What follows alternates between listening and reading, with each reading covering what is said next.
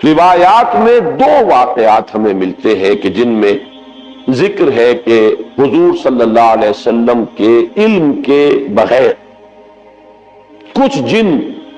آپ کو قرآن پڑھتے ہوئے سن گئے، قرآن سنا آپ کی زبان سے۔ ایک تو روایت وہ ہے جو حضرت عبداللہ ابن عباس سے ہے رضی اللہ تعالی عنہما۔ یہ روایت بخاری میں بھی ہے، مسلم میں بھی ہے، ترمذی میں بھی ہے۔ ظاہر بات ہے بخاری مسلم میں ہے تو کسی اور کا ذکر کرنے کی ضرورت نہیں، حضرت ابن عباس رضی اللہ تعالی عنہ سے یہ منقول ہے۔ وہ فرماتے حضرت ابن عباس رضی اللہ تعالی عنہما، اس لیے کہ حضرت عباس بھی صحابی ہے اور ابن عباس بھی صحابی ہے، وہ فرماتے ہیں کہ حضور صلی اللہ علیہ وسلم کچھ صحابہ کے ساتھ عکاظ کا میلہ جو ہوتا تھا، بازار لگتا تھا، وہاں تشریف لے جا رہے تھے۔ راستے میں وادی نخلہ پر آپ کا پڑاؤ ہوا، رات آپ نے وہاں بسر کی، فجر کی نماز آپ پڑھا رہے تھے اپنے ساتھیوں کو اور اس میں آپ نے قرآن مجید کی تلاوت کی، تو وہاں سے جنوں کا گزر ہوا، انہوں نے پورے اطمینان کے ساتھ وہاں قرآن سنا۔ ایک واقعہ تو یہ ہے، اور یہ جہاں تک تعلق ہے اس کے یعنی ثقہ ہونے کا اس روایت کا، تو ظاہر بات ہے کہ یہ صحیحین کی روایت ہے، اس کے بارے میں شک جو ہے وہ کی گنجائش نہیں ہے۔ دوسری روایت جس کو کہ زیادہ تفسیری روایات میں اور سیرت کی کتابوں میں زیادہ نقل کیا گیا ہے، وہ یہ ہے کہ حضور جب سن 10 نبوی میں طائف سے واپس آ رہے تھے، جب مکے میں فیصلہ ہو گیا تھا ابو طالب کے انتقال کے بعد کہ اب محمد کو قتل کر دیا جائے صلی اللہ علیہ وسلم، تو حضور طائف گئے تھے، اور طائف میں آپ نے وہاں کے 3 سرداروں سے ملاقاتیں کی۔ بہرحال وہاں سے تو جواب جو ہے کوئی ان کو آپ کو پازیٹیو یا مثبت جواب نہیں ملا، واپس آ رہے تھے، اور سخت ترین دن آپ پر وہ گزرا وہ معلوم ہے آپ کو،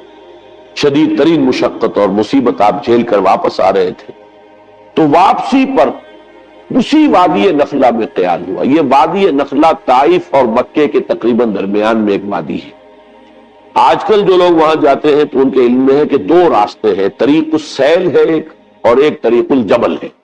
ایک پہاڑی راستہ بنا ہے، اب جو نئی سڑک بنی ہے اس میں بڑے ایچ پیچ ہے، بہت سے اس کے اندر موڑ ہے، جیسے پہاڑ کا ہوتا ہے، اچانک وہ چڑھائی چڑھتی ہے، تو وہ تو پہاڑی سڑک ہے، جیسے مری آپ جا رہے ہیں ویسی سڑک ہے۔ اور حضور اسی راستے سے گئے تھے طائف جاتے ہوئے، اس لیے کہ وہ دشوار گزار راستہ تھا، اور آپ کیونکہ خفیہ جا رہے تھے، آپ کو اندیشہ تھا کہ اہل مکہ کو اگر معلوم ہو گیا تو پیچھا بھی کریں گے اور شاید نظر پہنچائیں، لہذا حضور حضرت زید ابن حارثہ رضی اللہ تعالیٰ عنہ کے ساتھ تھے، صرف 2 اور کوئی ساتھ نہیں، اور وہ پہاڑی راستہ آپ نے اختیار کیا تھا جو نہایت دشوار تھا۔ وہ آج بھی آپ جائیں اس طریقے جبل سے تو اندازہ ہوگا کہ جب یہ سڑک نہیں تھی تو یہ راستہ کتنا دشوار۔ دوسرا راستہ طریق السیل کہلاتا ہے۔ وہ طریق السیل جو ہے وہ بہت ہی سمجھیے کہ گریجولی وہ اس کی چڑھائی ہے یا اترائی ہے۔ مکے سے طائف کی طرف جائیں گے تو چڑھائی ہے، اور طائف سے مکے کی طرف آئیں گے تو اترائی ہے، اور یہ وہ راستہ ہے جہاں پتہ ہی نہیں چلتا کہ آپ نے کوئی چڑھائی چڑھی ہے، اس قدر وہ گریجول اس کی جو ہے وہ چڑھائی یا اترائی ہے کہ پتہ ہی نہیں چلتا۔ اس راستے میں وہ نخلہ کا مقام آتا ہے، وہ وادی نخلہ جس میں حضور کا قیام ہوا ہے۔ یہ دونوں حدیثیں اس پر متفق ہیں کہ جو طائف سے واپسی پر بھی اگر یہ واقعہ ہوا کہ فجر کی نماز میں آپ نے قرآن پڑھا اور جنوں نے سنا، تو بھی وہ نخلہ کا مقام ہے، اور اگر وہ آپ اس سے پہلے کہیں خود تبلیغ کے لیے جا رہے تھے صحابہ کے ساتھ، اور اس میں عکاظ کے میلے میں، اس لیے کہ اس کا تو ہمیں روایات سے ثبوت ملتا ہے کہ چونکہ ایک بڑا میلہ لگتا تھا وہاں پر، بازار جیسے ہاٹ ہوتے ہیں ایسٹ پاکستان میں، اور مختلف پنجاب میں دیہات میں بھی بازار لگتے ہیں، اور پٹھانوں کے علاقے میں بھی اس طرح کا وہاں ایک میلہ لگتا تھا، بازار بھی میلہ بھی۔ اس میں کچھ وہ بھی ہوتے تھے، شعر و شاعری کے مقابلے بھی ہوتے تھے، اس میں فنون کے مقابلے بھی، اس میں کشتیاں بھی، اس میں خرید و فروخت بھی، اس میں دلچسپی کا سامان بھی۔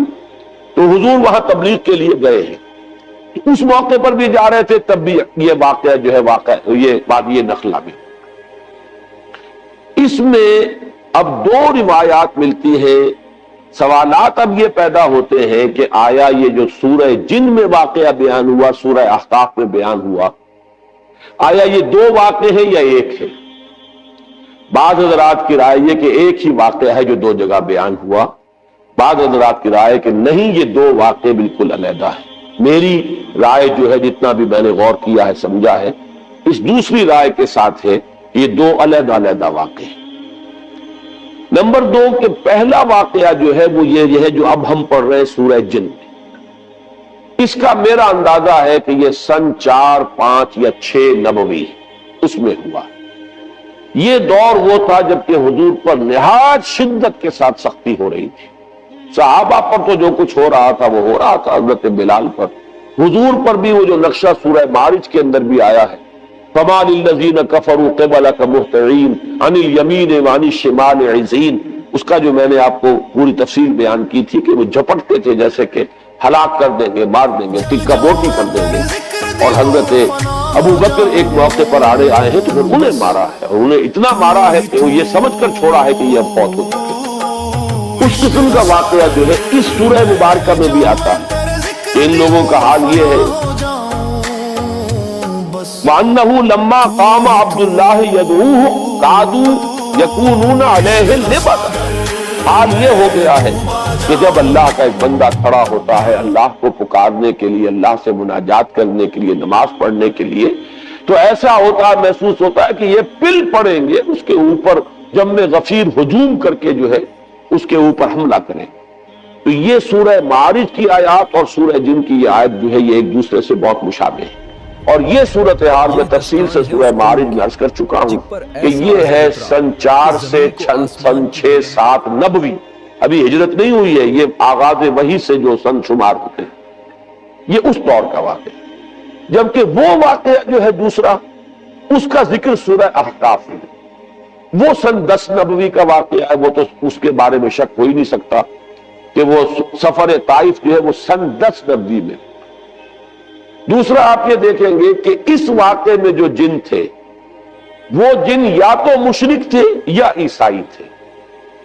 اس واقعے میں جو جن تھے وہ حضرت موسیٰ اور تورات کے ماننے والے تھے۔ یہ دونوں جو ہے ترجمہ کریں گے تو یہ چیزیں واضح ہو جائیں گی۔ اب آئیے ترجمہ کیجئے تیزی کے ساتھ۔ قُلْ أُوحِيَ إِلَيَّ، اے نبی کہہ دیجئے کہ میری جانب وحی کی گئی ہے، أَنَّهُ اسْتَمَعَ نَفَرٌ مِّنَ الْجِنِّ، کہ سنا توجہ کے ساتھ جنوں کی ایک جماعت نے، فَقَالُوا، تو انہوں نے کہا۔ اب یہ صرف تذکرہ اتنا کیا واقعے کا، اب ساری گفتگو ان کی نقل ہو رہی ہے۔ انہوں نے قرآن سنا، اب جا کر اپنے قوم کے لوگوں سے جو کہا، اب وہ تقریر ساری ان کی ہے۔ یہ بھی ہو سکتا ہے کہ یہ ایک ہی مسلسل تقریر ہو، یہ بھی ہو سکتا ہے کہ مختلف مواقع پر انہوں نے جو باتیں کہی ہو، ان میں سے جو چیدہ نمائندہ جملے ہیں ان کو یہاں پر جمع کر دیا گیا۔ بلکہ یہ دوسری بات مجھے اسلوب سے زیادہ مقاربت رکھنے والی اور اس سے زیادہ قریب معلوم ہوتی ہے۔ فَقَالُوا إِنَّا سَمِعْنَا قُرْآنًا عَجَبًا،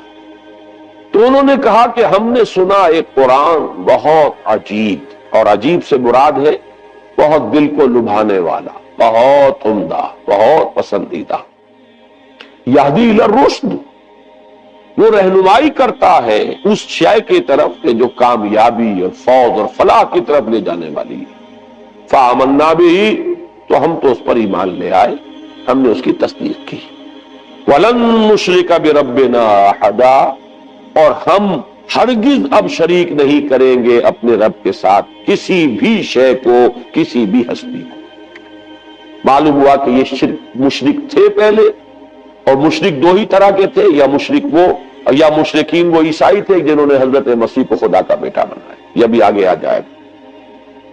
اس کی شرح کر رہے ہیں کہ اب ہم شرک نہیں کریں گے، ہم تائب ہو گئے ہیں۔ وَأَنَّهُ تَعَالَى جَدُّ رَبِّنَا، اور ہمیں تو یہ بات معلوم ہوئی، ہم پر یہ حقیقت منکشف ہو گئی کہ ہمارے رب کی شان تو بہت بلند ہے، بہت اعلیٰ ہے، بہت اعلیٰ ہے۔ مَتَّخَذَ صَاحِبَةً وَلَا وَلَدًا، اس نے نہ کسی کو اپنی جورو بنایا، نہ کسی کو بیٹا بنایا۔ وَأَنَّهُ كَانَ يَقُولُ سَفِيهُنَا عَلَى اللَّهِ شَطَطًا، اور ہمارا بے وقوف یا ہمارے بے وقوف جو کچھ اللہ کی طرف منسوب کر رہے تھے وہ تو بڑی غلط بات تھی، بڑی گستاخی کی بات تھی، بڑی ہی گمراہ کن باتیں تھیں جو وہ کہہ رہے تھے۔ وَأَنَّا ظَنَنَّا، اور ہم یہ سمجھتے رہے، اس گمان میں رہے،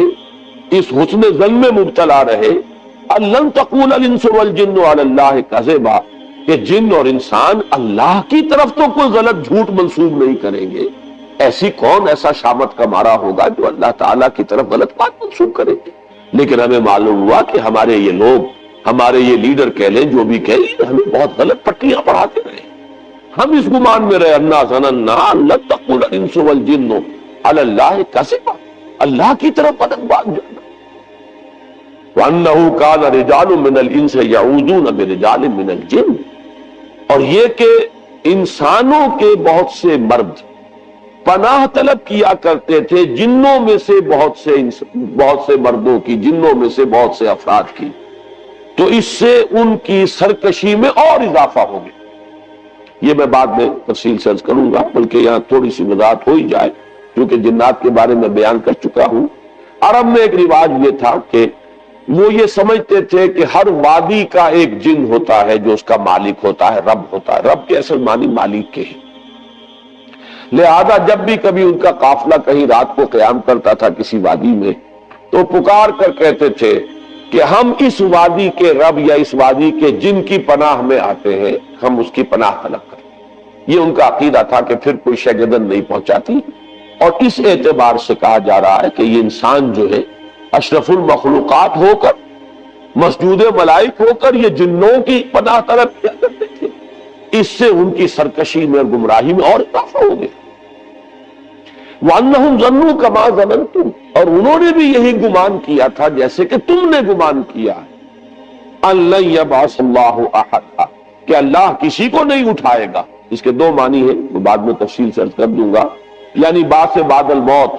کوئی موت اور کوئی بعث بعد الموت نہیں ہے، موت کے بعد جی اٹھنا نہیں ہے، یا نہیں بھیجے گا، نہیں اٹھائے گا اللہ کسی نبی یا رسول کو۔ أَن لَن يَبْعَثَ اللَّهُ أَحَدًا وَأَنَّا لَمَسْنَا السَّمَاءَ فَوَجَدْنَاهَا مُلِئَتْ حَرَسًا شَدِيدًا وَشُهُبًا، اور ہم نے آسمان کو ٹٹولا تھا۔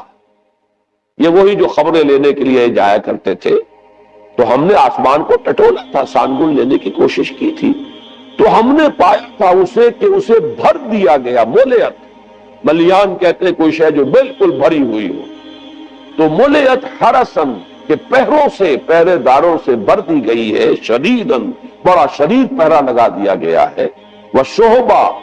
اور یہ جو شہاب ثاقب ہے ان کا بڑا اسٹاک جمع کر لیا گیا، میزائل کھڑے ہوئے وہاں پہ کہ اب اگر کوئی جائے گا تو پھر اس کا پیچھا جو ہے وہ میزائل کرے گا، وہ شہاب ثاقب۔ وَأَنَّا كُنَّا نَقْعُدُ مِنْهَا مَقَاعِدَ لِلسَّمْعِ، اور ہم تو بیٹھا کرتے تھے وہاں اپنے مورچوں میں سننے کے لیے۔ مقعد کہتے ہیں بیٹھنے کی جگہ، یہ سورہ آل عمران میں یہ لفظ آیا ہے، اِسْتُبَوِّئُ الْمُؤْمِنِينَ مَقَاعِدَ لِلْقِتَالِ،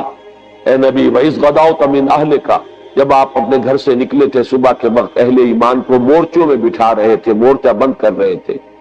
تو ان کی بھی کوئی جگہ ایسی تھی جہاں یہ طاق میں بیٹھتے تھے، اور وہ وہاں پر بیٹھ کر پھر وہ ملائکہ کی باتیں سنتے تھے، اور اس سے جو چیزیں ملتی تھی آ کر وہ ان اپنے جو ان کے کلائنٹس تھے یہاں انسانوں میں سے جو کاہن وغیرہ، ان کے وہ کانوں میں پھونکے مارتے تھے، اس سے ان کا دھندا چلتا تھا۔ تو ہم بیٹھا کرتے تھے اس آسمان میں، اپنے مورچوں میں، اپنی جگہوں پر، کمین گاہوں میں، کمین گاہ کا لفظ زیادہ مناسب ہوگا مورچے سے، اپنی کمین گاہوں میں ہم بیٹھا کرتے تھے۔ فَمَن يَسْتَمِعِ الْآنَ يَجِدْ لَهُ شِهَابًا رَصَدًا، تو جو کوئی اب سننے کی کوشش کرے گا وہ اپنی گھات میں پائے گا ایک شہاب، رصد کہتے ہیں گھات میں ہونا کسی کا۔ ان ربک لبالمرصاد، تیرا رب جو ہے گھات میں ہے، وہ پکڑ اس کی طرف سے گرفت آیا چاہتی ہے، تو وہ دیکھے گا شہاب ثاقب کے گویا کہ وہ تیار ہے بالکل اس کا پیچھا کرنے کے لیے۔ وَأَنَّا لَا نَدْرِي أَشَرٌّ أُرِيدَ بِمَنْ فِي الْأَرْضِ أَمْ أَرَادَ بِهِمْ رَبُّهُمْ رَشَدًا، اور یہ کہ ہمیں یہ معلوم نہیں ہے، ہم یہ نہیں جانتے کہ آیا زمین والوں کے ساتھ جو زمین میں بس رہے ہیں ان کے ساتھ کسی شر کا ارادہ کیا ہے، ام اراد بہم ربہم رشدا، یا ان کے رب نے ان زمین والوں کے ساتھ، انسانوں کے ساتھ کسی بھلائی کا، خیر کا، رشد کا ارادہ فرمایا، یہ ہم نہیں جانتے کہ نتیجہ اس کا کیا نکلے گا۔ وَأَنَّا مِنَّا الصَّالِحُونَ وَمِنَّا دُونَ ذَلِكَ۔ اب وہ آپس میں گفتگو کر رہے ہیں، دیکھیں ہم میں بھی کچھ صالح بھی ہے یا تھے رہے ہیں، اچھے لوگ بھی رہے ہیں جنوں میں، اور کوئی دوسری قسم کے لوگ بھی ہیں۔ اب یہاں اشرار کا لفظ نہیں لائے، یہ ہے حکمت تبلیغ، دون ذالک، کچھ اچھے لوگ بھی ہیں، شریف بھی ہیں، لیکن کچھ دوسری قسم کے بھی ہیں، اس سے کمتر لوگ بھی ہیں۔ کُنَّا طَرَائِقَ قِدَدًا، ہم تو بہت سے طریقوں میں بٹے ہوئے تھے، بہت سے فرقوں میں تقسیم ہو گئے تھے، طرح طرح کا ہر ایک کا اپنا، کل حزب بما لدیہم فرحون، ہم نے بھی اپنے مشرب اور مسلک بنا لیے تھے۔ وَأَنَّا ظَنَنَّا، اور ہم نے یہ بات اچھی طرح جان لی، پورا یقین ہمیں ہو گیا، أَلَّن نُعْجِزَ اللَّهَ فِي الْأَرْضِ، کہ ہم اللہ کو نہ تو زمین کے اندر ہرا سکیں گے، عاجز کر سکیں گے، یعنی اللہ کی پکڑ سے اپنے آپ کو بچا سکیں گے، وَلَن نُعْجِزَهُ هَرَبًا، نہ ہی کہیں بھاگ کر کائنات کے اندر جو ہے کہیں ہمارے لیے چھپنے کی جگہ ہے۔ وَأَنَّا لَمَّا سَمِعْنَا الْهُدَىٰ آمَنَّا، اور ہم نے تو بھائی جب یہ ہدایت والی بات سنی ہے، یہ رہنمائی ہم نے سنی ہے، ہم تو ایمان لے آئے۔ فَمَن يُؤْمِن بِرَبِّهِ فَلَا يَخَافُ بَخْسًا وَلَا رَهَقًا، تو جو کوئی بھی اپنے رب پر ایمان لائے گا اسے کوئی خوف نہیں ہوگا، کوئی اندیشہ نہیں اسے کرنا چاہیے، نہ اس کا کہ اس پہ کوئی کمی کی جائے گی اور نہ اس کا کہ اس پر کوئی زیادتی کی جائے گی۔ لا يخاف بخسا ولا رهقا وَأَنَّا مِنَّا الْمُسْلِمُونَ وَمِنَّا مِنَّا الْقَاسِطُونَ۔ اب ذرا بات کو کھولا ہے اور دیکھو ہم میں سے مسلم بھی ہے، فرما بردار بھی ہے، اور قاسطون بھی ہے، نا انصاف بھی ہے، زیادتیاں کرنے والے بھی ہیں۔ فَمَنْ أَسْلَمَ، تو جو اسلام لایا، جس نے کہ اطاعت قبول کی، فَأُولَٰئِكَ تَحَرَّوْا رَشَدًا، تو انہوں نے تو رشد اور ہدایت اور کامیابی اور سعادت جو ہے اس کو حاصل کر لیا، اندازہ کر کے اس کا پتہ چلا لیا۔ وَأَمَّا الْقَاسِطُونَ فَكَانُوا لِجَهَنَّمَ حَطَبًا، اور یہ بھی جان لو کہ جو ظالم ہیں، ظلم کرنے والے ہیں، زیادتی کرنے والے ہیں، تو وہ تو پھر جہنم کا ایندھن بن کر۔ یہ ہے وہ 15 آیات، یہ ہے ان کا کلام کہ جو انہوں نے اپنی قوم سے کیا ہے۔ اب ذرا آ جائیے، میں چاہتا ہوں کہ وہ بہت مختصر ہے، دوسرا مقام جو ہے سورہ احقاف کا، اس میں صرف 4 آیتیں ہیں۔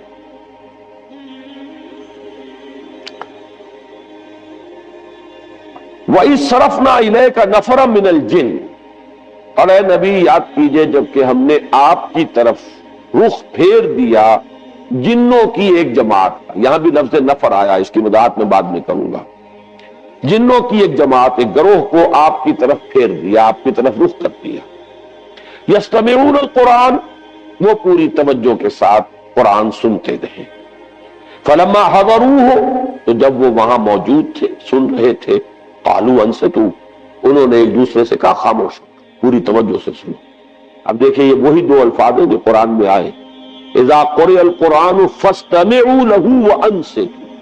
جب قرآن پڑھا جا رہا ہو تو پوری توجہ کے ساتھ کان لگا کر اسے سنو اور خود خاموش رہو۔ انصتوا، وہی انہوں نے آپس میں کہا تو چپ ہو جاؤ، خاموش ہو جاؤ، توجہ سے سنو، بہت اعلیٰ کوئی کلام ہے جو اس وقت یہ صاحب جو ہے یہ پڑھ رہے ہیں۔ فلما حضروہ قالوا انصتوا، فلما قضی، جب وہ قرات پوری ہو گئی، ختم ہو گئی، فجر کی نماز تھی، حضور نے نماز ختم کر لی، ولوا الی قومہم، تو وہ اب چلے گئے پیٹھ موڑ کر اپنی قوم کی طرف، منذرین، انہیں بھی خبردار کرنے کے لیے۔ قالوا، اور وہ خبردار کرنا کیا تھا؟ کہا انہوں نے، یا قومنا، اے ہماری قوم، انا سمعنا کتابا انزل من بعد موسیٰ، ہم نے سنی ہے ایک کتاب جو نازل کی گئی ہے موسیٰ کے بعد، یعنی تورات کے بعد، مصدقا لما بین یدیہ، اور وہ تصدیق کرتے ہوئے آئی ہے اس کی کہ جو اس کے سامنے موجود ہے، یعنی تورات کی تصدیق کرتے ہوئے آئی ہے، تورات کی تکذیب نہیں کرتی، تصدیق کرتی ہے۔ یہدی الی الحق، وہ تو حق کی طرف رہنمائی کر رہی ہے، صحیح راستہ دکھانے والی ہے، ہدایت جو ہے دینے والی ہے، وَإِلَىٰ طَرِيقٍ مُسْتَقِيمٍ، سیدھے راہ کی طرف رہنمائی فرمانے والی ہے۔ یا قومنا اجیبوا داعی اللہ، اے ہماری قوم لبیک کہو اللہ کی طرف بلانے والے کی پکار پر، لبیک کہو، لبکو، فوراً تصدیق کرو، فوراً ایمان لاؤ۔ یغفر لکم من ذنوبکم، اللہ تعالیٰ بخش دے گا تمہارے گناہوں میں سے۔ یہ بات سورہ نوح میں آ چکی ہے، من ذنوبکم، یعنی جو ایمان لانے سے پہلے کے گناہ ہیں وہ سب معاف ہوتا ہے،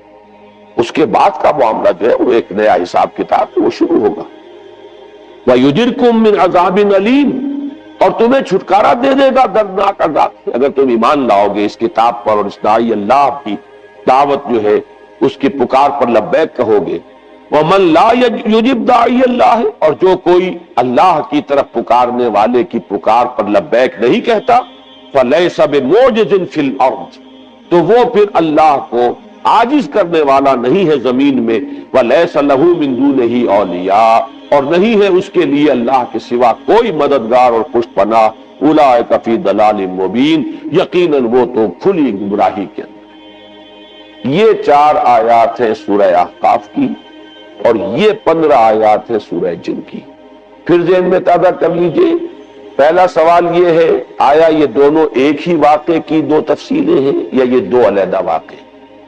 میری رائے یہ ہے کہ یہ 2 علیحدہ واقعے۔ پہلا واقعہ زمانی اعتبار سے جو سن 4 سے سن 7 تک اس عرصے میں کہیں ہوا ہے، جبکہ فزیکل پرسیکیوشن اپنے پورے عروج کو پہنچ چکی تھی، اس وقت یہ واقعہ ہوا ہے۔ اور یہ واقعہ جیسے کہ روایت میں آیا ہے جو صحیح بخاری، صحیح مسلم وغیرہ میں موجود ہے، حضرت عبداللہ ابن عباس رضی اللہ تعالی عنہما سے، یہ حضور جب تشریف لے جا رہے تھے صحابہ کی ایک جماعت کے ساتھ عکاظ کے میلے کی طرف، تو رات کا پڑاؤ جو ہے وادی نخلا میں ہوا اور وہاں آپ نے فجر کی نماز میں قرآن پڑھا۔ یہ واقعہ ہوا۔ اس میں جو جن ہیں صاف اندازہ ہو جاتا ہے کہ انہیں کوئی خاص اندازہ نہیں تھا، صرف انہیں یہ پتا چلا تھا کہ آسمانوں پر پہرا لگ گیا، کوئی خاص بات ضرور ہے، کہیں شاید کسی نبوت کا ظہور ہوا ہو، کوئی خاص معاملہ ضرور ہے، ورنہ یہ پہرے نہیں ہوتے تھے۔ ہم تو یہاں بیٹھا کرتے تھے، سانگل لیتے تھے، کاہنوں کو جا کے کانوں کے اندر پھونکے مارتے تھے، ہمارا دھندا چل رہا تھا۔ یہ پہرے جو لگ گئے کوئی خاص واقعہ، اب وہ تلاش کے اندر نکلے ہوئے ہیں کہ اچانک ان کا گزر وہاں سے ہو گیا، ان پر پورا عقدہ کھل گیا اور انہوں نے پہچان لیا کہ یہ اللہ کے نبی ہے۔ اور یا تو وہ عیسائی تھے، حضرت عیسیٰ کے ماننے والے، اور وہ عیسائی کے جو تثلیث کے قائل ہیں، جنہوں نے اس وقت کی جو تثلیث تھی، یہ بھی جان لیجئے، اس میں 2 تثلیثیں ہیں دنیا میں۔ ایک تثلیث ہے اللہ اور حضرت مریم اور حضرت عیسیٰ، یہ تثلیث تھی ابتدائی تثلیث۔ اور ایک تثلیث ہے خدا اور روح القدس اور بیٹا یعنی حضرت مسیح، یہ 2 تثلیثیں ہیں ان کے ہاں۔ تو یہاں جو فرمایا گیا یہ وہ تثلیث ہے کہ جس کا انہوں نے کہا کہ ہم تو یہ سمجھ چکے کہ ہمارے رب کی شان اس سے بہت اعلیٰ اور رفع ہے کہ وہ کسی کو جورو بنائے یا بیٹا بنائے۔ تو ہو سکتا ہے کہ وہ جو عقیدہ تثلیث جو تھی عیسائیت کی اس کے اوپر وہ تھے، یا پھر وہ مشرکین تھے، اس لیے کہ مشرکین نے بھی، جو مشرکین عرب تھے انہی کے دین پر تھے وہ، اس لیے کہ وہ فرشتوں کو خدا کی بیٹیاں کہتے تھے۔ اور انہوں نے جو بات سمجھی ہے پوری طرح تفصیل سے بیان کی ہے۔ جبکہ یہ جو دوسرا واقعہ ہے یہ سن 10 نبوی کا ہے، جبکہ حضور طائف سے واپس تشریف لے جا رہے تھے، طریق السیل سے جا رہے تھے، وادی نخلا میں آپ نے قیام فرمایا، وہی فجر کا وقت ہے اور وہاں وہ آئے ہیں، اور وہاں آپ کو بین السطور صاف نظر آ رہا ہے کہ وہ جو جن تھے وہ کافی چیزوں سے واقف تھے، موسیٰ کے جاننے والے تھے، کتاب کے جاننے والے تھے، گویا کہ وہ اس اعتبار سے کوئی وہ زیادہ ناواقف لوگ نہیں تھے۔ البتہ اس گمان میں تھے کہ شاید اب یہ آخری کتاب تھی تورات کی، اور شاید آخری تھے نبی موسیٰ، اب ان کے بعد شاید کوئی اور نبی آنے والے نہیں ہیں۔ لیکن چونکہ باقی سارا تصور ان کا مکمل تھا، لہذا فوراً وہ ایمان لائے اور فوراً انہوں نے داعی کی حیثیت اختیار کر لی اور جا کر اپنی قوم کو جس قدر زوردار انداز کے اندر دعوت دی ہے۔ واقعہ یہ کہ انسانوں میں تو اس کی مثال اگر ملے گی تو ابو بکر صدیق کے سوا شاید کسی کی مثال نہ ملے، کہ ایک مرتبہ کلام پاک سنا ہے حضور صلی اللہ علیہ وسلم سے، ایک مرتبہ، اور داعی کی حیثیت اختیار کر لی، اپنی قوم کے سامنے جا کر کھڑے ہو گئے ہیں کہ یا قومنا اجیبوا داعی اللہ، اے ہماری قوم کے لوگوں لبکو، لبیک کہو اس اللہ کی طرف پکارنے والے کی پکار پر، قبول کرو اس کو، تصدیق کرو اس کی، ایمان لاؤ اس پر۔ تو یہ جو معاملہ ہے یہ تو واقعتاً وہ صدیقین کے زمرے کے وہ یہ جو ہے جنات ہیں، اور یہ بات اچھی طرح معلوم ہو گئی ان سے بھی کہ وہ اپنے کسی نبی کا ذکر نہیں کر رہے، اپنے ہاں کی کسی کتاب کا ذکر نہیں کر رہے، ورنہ تو اس کا ذکر کرتے کہ ہمارے ہاں جو کتاب ہے یا ہمارے ہاں جو نبی آئے ہیں یہ بھی وہی باتیں کر رہے ہیں کہ جو ہمارے ہاں کے نبیوں نے اور رسولوں نے کی ہیں۔ قطعاً نہیں، نام لے رہے ہیں تو حضرت موسیٰ کا، اگر ذکر کر رہے ہیں تو تورات کا۔ تو معلوم یہ ہوا کہ کوئی سلسلہ نبوت اور رسالت جنات میں نہیں ہے، بلکہ رسالت اور نبوت کے اعتبار سے جنات بھی انسانوں ہی کے تابع ہیں۔ جو بھی رسول بھیجے گئے انسانوں میں اور نبی مبعوث کیے گئے ان کے مخاطب ہیں انس بھی اور جن بھی۔ اور یہ بات جو ہے بڑی تفصیل سے میں آپ کو بتا چکا ہوں، سورہ رحمان تو ہے ہی پوری کی پوری اس پر مسلسل تخاطب تسمیہ کے سیغے سے، فَبِأَيِّ آلَاءِ رَبِّكُمَا تُكَذِّبَانِ یا معشر الجن والانس ان استطعتم ان تنفذوا من اقطار السماوات والارض لن تنفذوا فانفذوا لا تنفذون الا بالکل تسمیہ کے سیغے سے۔ سنفرغ لکم ایھا الثقلان، اے وہ دو بھاری مخلوقوں ہم عنقریب تمہارے لیے فارغ ہوا چاہتے ہیں۔ تو سورہ رحمان کو پڑھ کر بھی اگر بات واضح نہیں ہوئی تو معلوم ہوتا ہے کہ ذہن کے اوپر کسی غلط فکر کا، غلط سوچ کا، غلط نظریے کا کوئی بہت ہی دبیز اور کوئی بہت ہی بھاری حجاب جو ہے وہ پڑ گیا ہے، ورنہ وہ حقیقت بالکل علم نشرہ ہوتی۔ اور سب سے بڑی بات یہ کہ امت کا اجماعی عقیدہ ہے، پوری امت کا 1400 برس کا، اس سے اصل میں ہٹ کر راہ نکالنا جو ہے در حقیقت وہی ہے کہ جو چیز انسان کے لیے جو اس کی گمراہی کا سب سے بڑا سبب بنتی ہے۔